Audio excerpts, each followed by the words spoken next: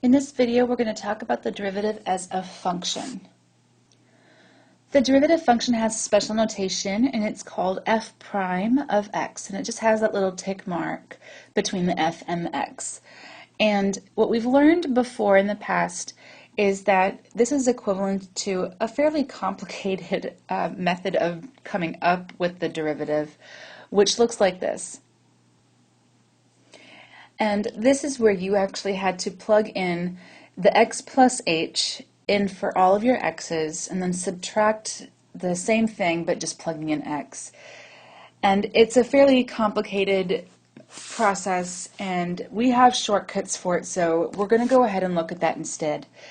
Now I will tell you that the derivative is the same exact thing as slope. It has a different word because it's just a more formal vocabulary for it, and the derivative has specific rules whereas slope necessarily does not. So that's kind of the variation there. We're going to look at one problem fairly quickly just to kind of go over why you would need this derivative if you're given a particular function. So we're going to start off very simple. So here's what we're going to do. We're going to compute f prime of x for f of x equals x cubed minus 12x, and then we're going to find an equation of the tangent line at x equals -3. So we first of all have to understand everything that this question is asking for us. The first thing it's asking for is to compute f prime of x, and up until this point in time, the only method that we have is the definition of the derivative, which is this thing, which I'm going to do for you very quickly. If you'd like to see this actually worked out, please don't hesitate to ask or to view my other video on how to use the definition of the derivative.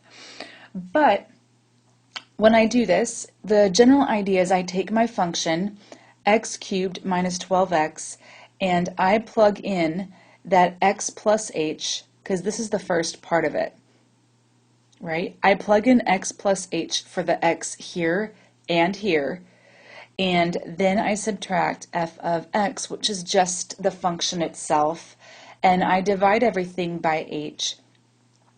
And when all of that is said and done, when everything is simplified, what happens is this turns into f prime of x equals, so this is everything simplified, it all breaks down to 3x squared minus 12. So basically this function right here models all of the slopes of the original function of this guy right here. So how do we find an equation of a tangent line at x equals -3?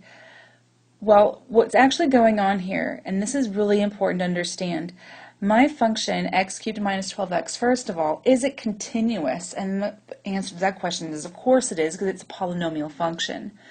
But this function, I'm not quite sure what it looks like without the aid of a graphing calculator. I do know that it goes through 0, 0, and I do know that it's positive cubic, so it's going to look something like this. I call this Funky Man. And what we're going to look for is when x is equal to -3, which is, we'll say here, what is the slope of the tangent line there? So if I were actually to make a point on my function, something like this, and kind of sketched out a tangent line, okay, what would the equation of this line be? That's what it's asking me for, okay? Now, why go through all this process to find this f prime of x business when I can just look at a graph? And the answer to that question is because some of these are going to be so complex that you just can't. So the derivative function helps us compute slopes. For instance, now I have this point x equals -3. Could I find the y value for that? Of course I can. I can just plug the x into my function. Let's go ahead and do that first. So I'm going to do f of -3 equals, and I'm going to do -3 and I'm going to cube it, minus 12 times -3, which is -27 plus 36, which is equivalent to 9. So what this tells me is I actually have a point. I have -3, 9 as an x1, y1 for me to work with. Now, from our Algebra 1 days, knowing a point on a line is very helpful. We just need to know a slope. And this is where our slope function, our derivative function, this right here, comes into play. To determine the slope of my function at -3, I will plug -3 into this function, and the number that it pops out should be the slope there. So let's go ahead and compute that, which will look like this. So 3 times -3 squared minus 12, and we work this out. -3 squared is 9, 9 times 3 is 27, and this is going to give us a slope of 15. This is my m. So the equation of this line looks like we have a point and a slope to work with, which means I'm going to use point-slope form. So that's how we're going to start. I'm going to have to erase some of this so that we can do this. So here we're going to start y minus y1. So y minus 9 equals m, which is 15, x minus x1, so x minus -3, which is plus 3, and there we go. So this equation right here is the equation of this line at -3 of the function f of x equals x cubed minus 12x. And notice that this function does have a very steep slope right here at -3. So that does match, that makes sense. So that's one of the things that we're going to be using this for. This derivative function business is for determining the equation of different points along that function, all these different tangent lines. So what we're going to look at next is the different kinds of notations that derivatives have. And we have Newton notation and Leibniz notation. Both Newton and Leibniz were independent founders of calculus. Newton was the one that was given their credit for it, and his notation is very simple. He just calls it prime. So f prime of x, like what we've been looking at, is one way to do it. We could say y prime, and that's really all there is to Newton notation. It's very simplified. Leibniz notation, on the other hand, however, it is a little bit more complex, but it's way better.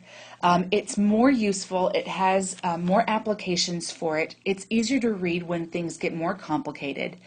And it just kind of looks like this. We call it dy dx. And so basically the y part is just the function that we're taking the derivative of, and the x is the independent variable. So the y and the x will change depending on the name of the function and the independent variable, but we pronounce this dy dx. And the dy and the dx part, these are also called differentials, and those will play a part later in our calculus concepts as well. So one way you could see Leibniz notation written is it will say d dx, and then it will tell you the function that it wants to take the derivative of. For example, it's x squared. Now granted, where did the y go that was right here? And the answer is the y is equal to this particular function. So you won't ever see it up there unless that's actually what you're looking for. So we just say d dx. And we can do this very simply. When we use our definition, this breaks down to 2x, so this is just one way that you can actually see it being worked out. Another way that you can see this worked out, if I wanted to know the derivative of a function at a particular point, you would see it worked out or written like this.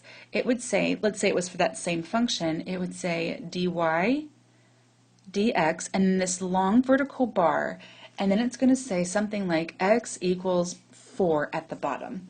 What this is telling you to do is to find the derivative of y with respect to x at this point. So that's something that's just going to take a little bit of practice to get used to. So what we're going to do with these ideas between the Leibniz notation and this information about derivatives is we're going to put it all together in our very first rule, which is called the power rule. And what this is going to be really useful for is reducing the process for finding the derivative of a function by using certain properties and certain rules. And they're going to really help us out. So the first rule that we have is the most basic rule that there is. It's called the power rule, and it's basically like an exponent rule. So here's what it says. It says if you're taking the derivative, that's what this part means, of a function to some exponent, that's what this part means, then what you do is this. And what that means is this end part came from the original exponent, and it just gets brought down into the front of your x as a coefficient. And then what we're going to do is we're going to subtract 1 from that exponent, and that will tell us what we end up with. So we're going to do a few examples, just kind of see how this has worked out. So let's take a look at some of these. So d dx of x squared. So the first thing I do is I bring the exponent down into the coefficient area. So that's going to become 2, and then x, and then we reduce the exponent by 1. So 2 minus 1 is 1. So that's my final. This is my derivative function now. Okay, so let's see it again. So d dx of 2x to the fourth. If you ever have a coefficient already there, all you're going to do when you bring your exponent or your power down in front is you just multiply them together. So this is going to be the same thing as 4 times 2, which is 8. Bring the x over, reduce the exponent by 1. So 4 minus 1 is 3. That is my derivative function for 2x to the fourth. My next one is d dx of 3x to the negative 1. So what about a negative exponent? It's the same concept. I take my exponent, I multiply it by the coefficient that's already there. So 3 times negative 1 is negative 3. I bring over the x, and then I reduce negative 1 by 1, which is not 0, it's negative 2. And just as a quick refresher, this is the same exact thing as negative 3 over x to the positive 2. Remember that negative exponents right here create fractions, not negative numbers. So we have a couple other rules that I want to go over with you. One of them is the derivatives of all linear functions. And we know that linear functions always have this form, f of x equals mx plus b. And we know that m is always our slope. So what we can do here is we can shorten this and just say that the derivative function for any linear function is the same thing as whatever its slope is, because that's the derivative function models. So that's that rule. It's that plain and simple. The next one is the derivatives of constant functions. That's where you have f of x equals a single number. So we're just going to call it b. And keep in mind that whenever we have y equals a number, that's a horizontal line that happens to go through any of the y-intercepts that we want. So the slopes of any horizontal line is 0. So we're going to shorten our derivative of constant functions like so. We're going to say that the derivative of any constant, no matter what, will always be 0, because they're always going to produce a horizontal line and therefore always have a slope of 0. And that's going to do that for this tutorial.